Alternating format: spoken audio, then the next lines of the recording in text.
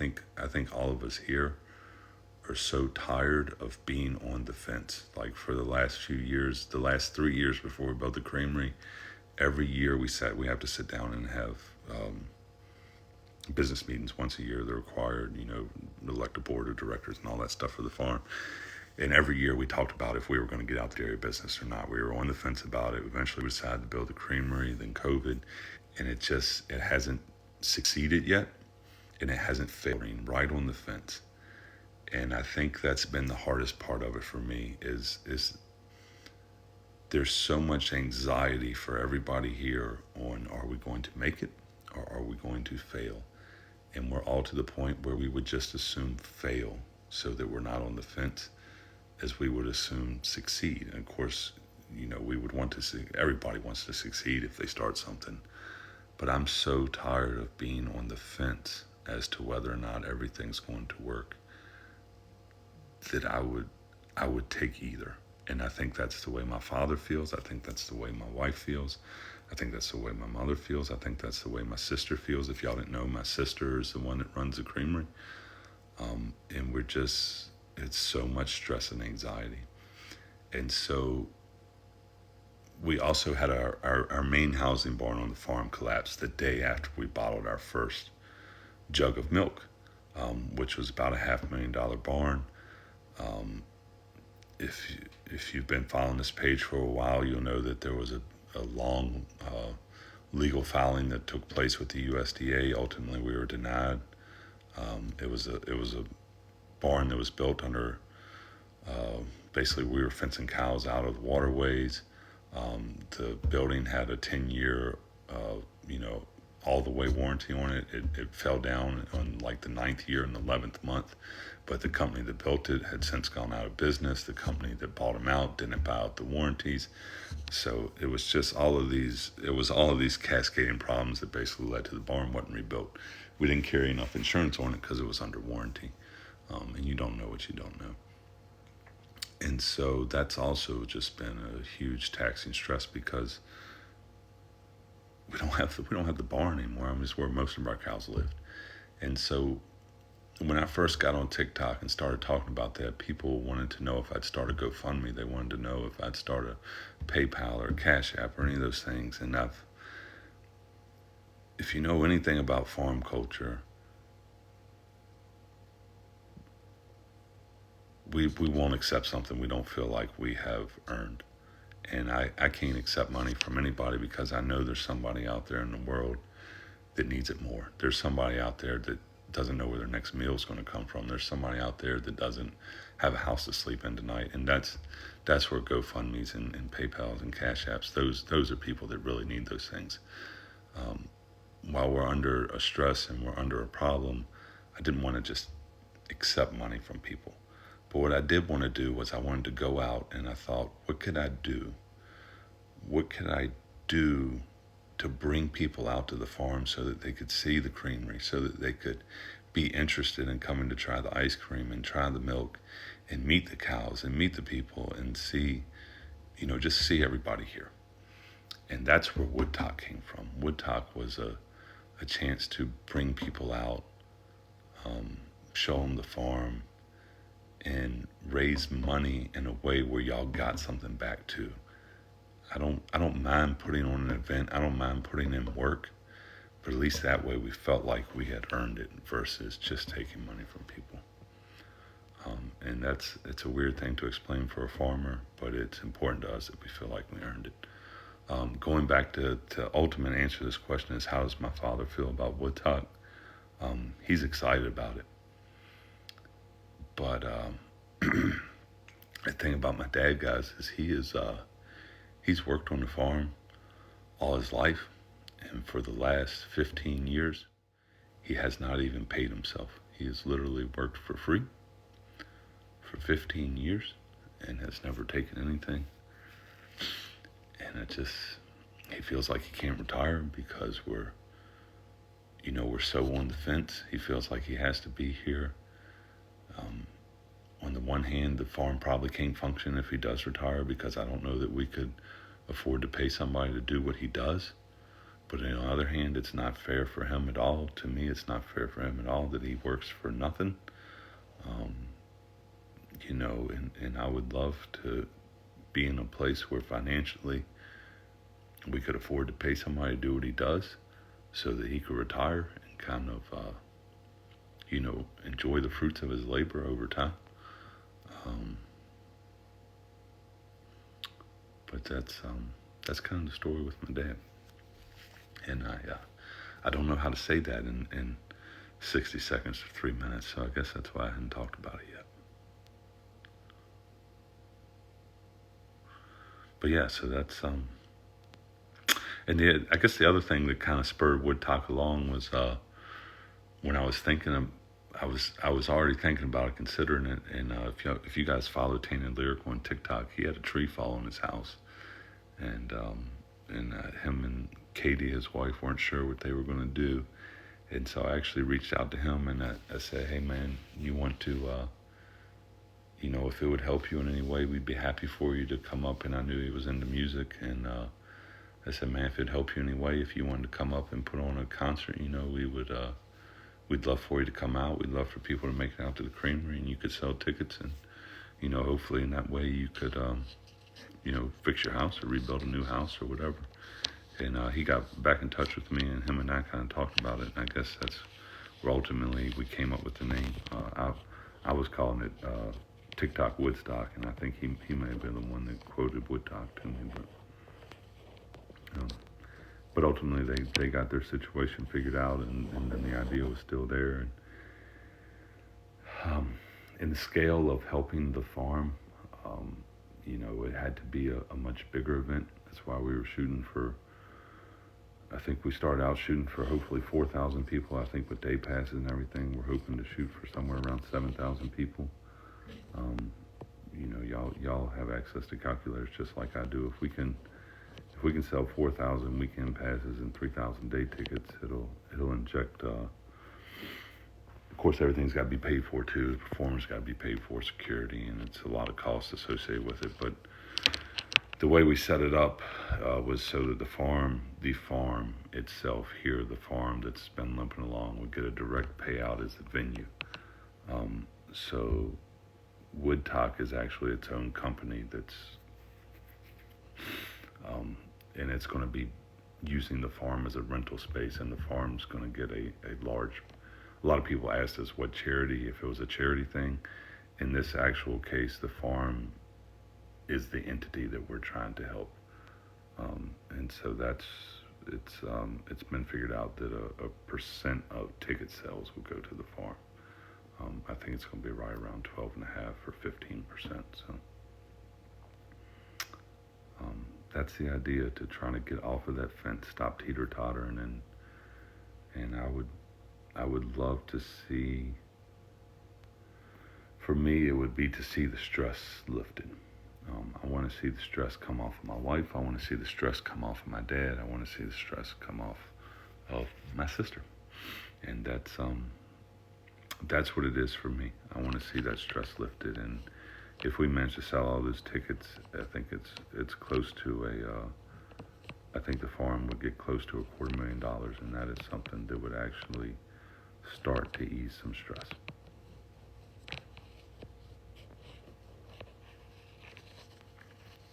No, you don't need a day pass to visit the Creamery during Wudtok. So the Creamery will be open like normal. We're actually setting up kind of a remote.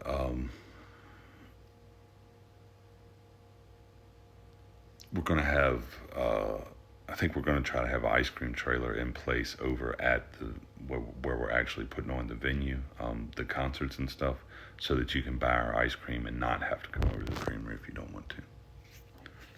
Thanks for the gifts, guys. Just so you know, the gifts, I'm saving up the gifts in case you're wondering where they go. So heifer.org, heiferinternational.org, it's I think it's a nonprofit, but what they do is they help families in need all around the world. And so let's say, for instance, that you're in and it can be in America, it could be in a third world country, it can be anywhere. And hey, Art Grammy. Oh yeah, I'll talk about milk donations in a second. Yes, we do have event and liability insurance. We're going through all the correct channels with both. We're actually in two counties, through both counties, making sure we have all of our official documentation, insurance, everything's. We're trying to dot all the I's and cross all the T's. But thank you for asking. Um, I got sidetracked. So milk donations. If anybody's interested, we actually do a gallon give. We do a gallon give back on the farm for every 10 gallons of milk we bottle and sell. We give up 1 gallon to a local food shelter. And so, I was going to tell you where the gifts go. To a local food shelter. And so last year we actually were able to donate. I want to say it was like almost 9,000 gallons of milk through that program. So we got to donate a lot of gallons of milk. And then a lot of people were asking how they could help if they lived out of state and wanted to be able to purchase milk for donation. And so if you want to, the link in my bio will take you to the Linktree, and you can click yes to go off to the Linktree site. You can click on the Creamery website, and you can actually purchase milk for donation if you want to. The gifts are going to heifer.org. So what they do is they take an animal, let's say a cow, for instance, and so they go to a family in need, and they say, here, we're going to give you this cow, and we're going to not only give you the cow, but the means to take care of it, and you know how to care for it, what to feed it, basically everything they need to know to care for the cow. That cow will produce milk, which the family can have, and then they can also sell the excess. What's up, brewer? They can sell the excess milk for an income, and that cow will also be pregnant. And when that cow calves, they'll give that cow to a different family, and you know, re-impregnate them. And so basically, the gift that keeps on giving, right? So what I'm saving up for with the gifts is to save up to buy an ark. An ark is 2 of every animal they offer, and it's about $5,000. I'm about halfway there. I think I have right around $2,500 in gifts saved up. And so when I get up to 5,000, that's what I'm gonna do with them. So I appreciate the gifts. I just wanted you to know where it's going. Can we do a mud volleyball tournament at Wudtok? So in the camping areas, you know, you do what you want. It's your area. Page you can list out. You can rent an RV. What about the cow brushes? So Brittany's been wanting cow brushes forever. So I think if Wudtok does very well, we'd be able to get her cow brushes.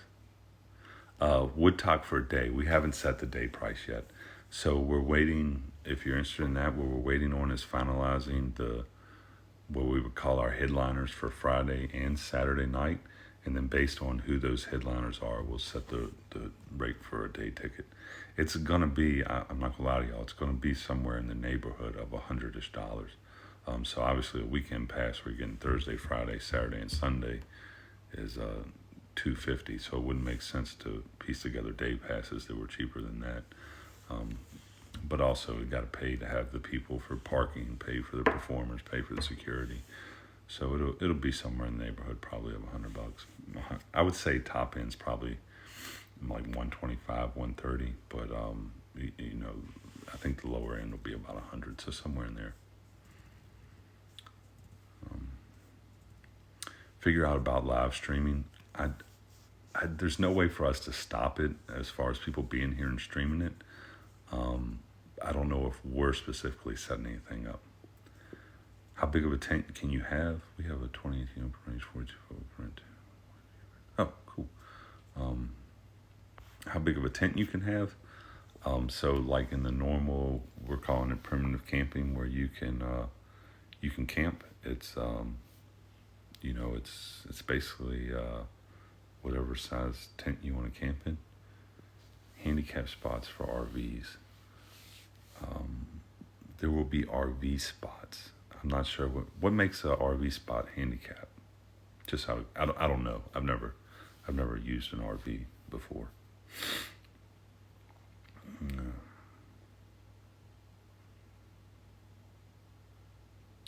Can we set up a donation place at Wudtok? So we were trying to figure out a way to, so for the performers that actually come from TikTok, that maybe you've never heard of, we're trying to figure out a way to set up almost like a street performer has a hat sitting in front of them when they perform, if people want to give donations. We're trying to figure out a way to set up basically a cash box for them, so that basically if somebody gets up there and performs and you think they did really well, and you want to give them a little money, we're trying to figure that out. Wudtok, is content violation going to be at Wudtok? Yeah, we're going to be there. Everybody's coming. So I think we've been trying to look for things other than music acts as well. Um, um, we haven't really found anything except as far as people that have applied to be performers. Really, it's basically just been musical acts, and so we were hoping to kind of mix together music and comedy, kind of go back and forth.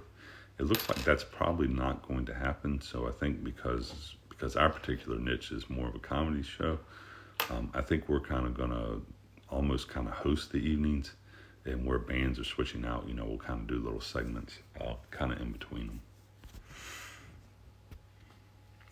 A QR code that could be set to each act. Okay, that's an awesome idea. Thank you for all the gifts, Summer. Amazing Fort Wayne. Thanks for coming out to the show, guys. Thanks for continuing to come out to the shows and support us. I hope that the let's call it the drama surrounding the shows dies down some.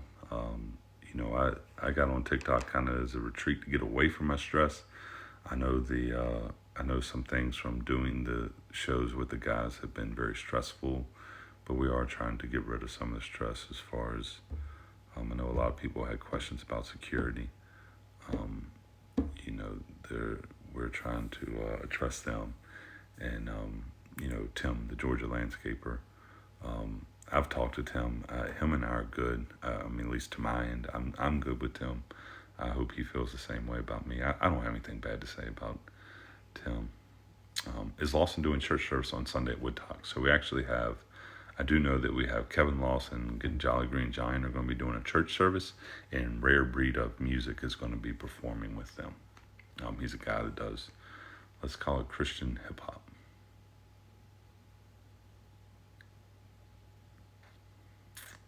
So those guys will be leading a Sunday morning service.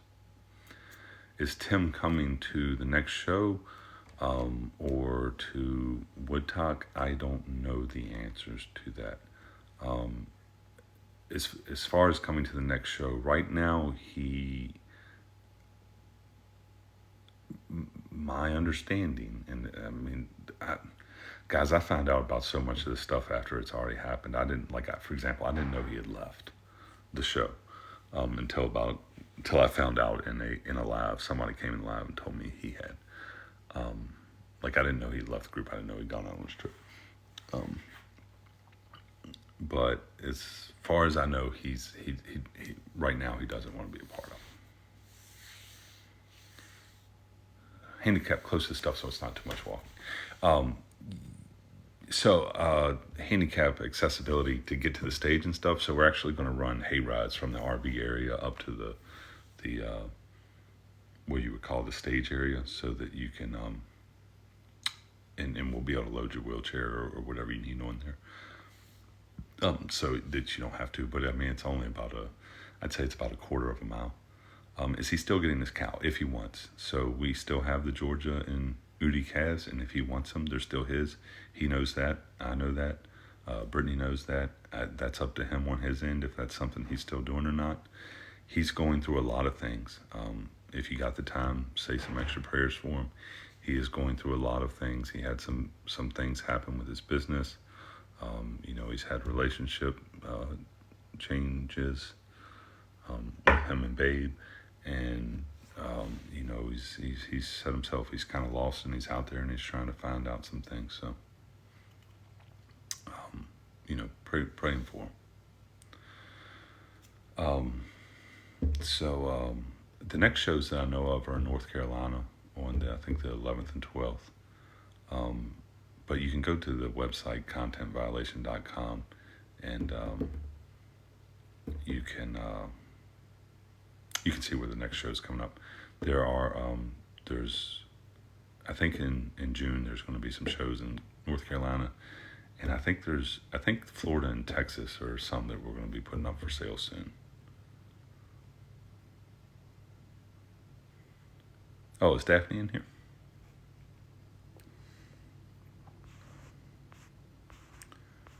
Daphne. I don't see if Daphne's in here or not.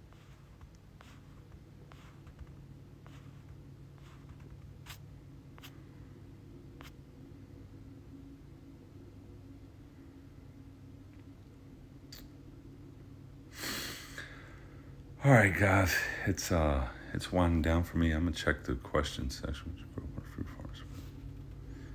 Can we park by our tent? Yes. How big of a tent can we have? I think Jimmy and I are not brothers. The name of the joke book was Ultimate Book of Jokes, The Essential Collection. I hope that answers all the questions that popped up in the question segment.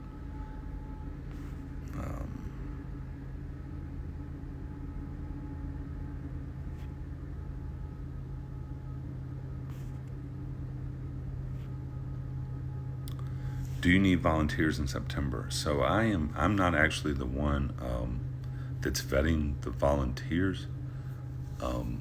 Somebody else is doing that for us, and I don't know how many more she still needs to get. But you can definitely, if the application's still up, I would still apply, because it is going to require a lot of volunteers.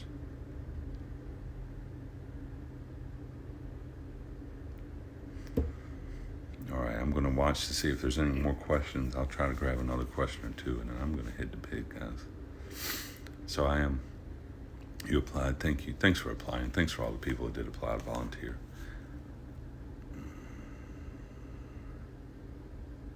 Love Arizona. I've been to Arizona once.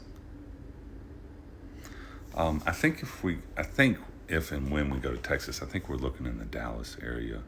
But I think since it is such a big state, I think they were looking at scheduling 2 to 3 different places in Texas. Can you park a day early for Wudtok? So the actual open up to the public is going to be around Thursday noon, and then you don't have to be gone till Monday morning. Now, actual music and events will run through Thursday evening, Friday, Saturday, and will end sometime Sunday afternoon. So you have time to get in early, and then you can actually stay an extra day if you just don't want to leave late in the afternoon on a Sunday. Wudtok dates are Labor Day weekend in September. I think it's the 2nd through the 6th. I think it's whatever that Thursday through Monday is. But actual performances start Thursday evening and run through Sunday afternoon.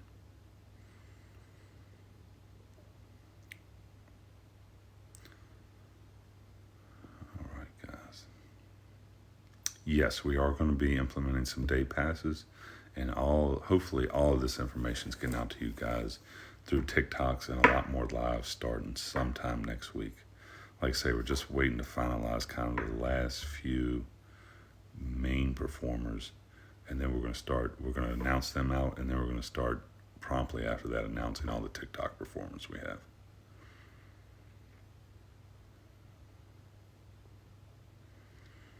And then after at the same time, we want to get the big performers announced, and then kind of the same time we're announcing our TikTok performers, people who found big and small through TikTok. We'll start announcing our vendors as well, and then hopefully you'll start hearing back on your volunteer applications sometime. I hope all that stuff's going to start happening in the next 2 weeks. I know I've been saying that for like 6 weeks, and I'm honest.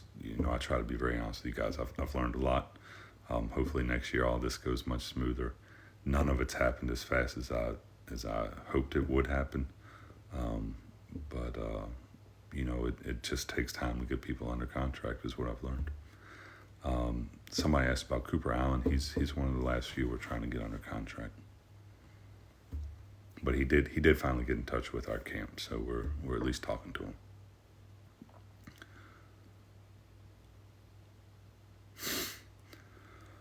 All right, guys, I'm still on the back end of being sick, so I am gonna go get in bed. I appreciate you jumping in here for the live, and thanks for taking an interest in talking about animal agriculture and how activist groups work, and then hanging around talking Wudtok with me. Just from the time I've gotten on here to today, I just crossed over 900,000 followers yesterday, which to me is absurd. I never thought I would have 9, much less 900,000. And that's you guys. That's the support that y'all bring to the table. It's commenting on videos, it's stitching videos, it's duetting videos, just to, get our information out there. I know I haven't talked about the farm in a while. I haven't talked about the creamery in a while. It's been a stressful subject, and I've been trying to de-stress some on TikTok.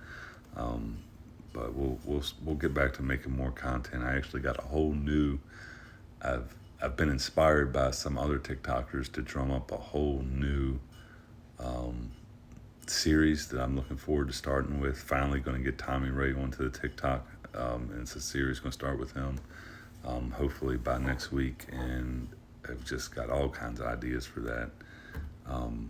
And so I'm excited to be here, guys. I'm excited about the opportunities, and I appreciate it so much. And I can't say that enough. I appreciate it so much how y'all followed this page and shown support for us and shown us so much love. And that's not something we'll ever take lightly. And we'll get Cody back out here and do some more riding. But Cody doesn't actually live here, so I'm going to have to come up with my own character too, so we can keep doing stuff like that. And Brittany will get back to doing her morning lives when she can. So I want all y'all to stay so safe. Again, I appreciate you. I love every one of you, and I just can't ever thank you enough. So thank you, guys.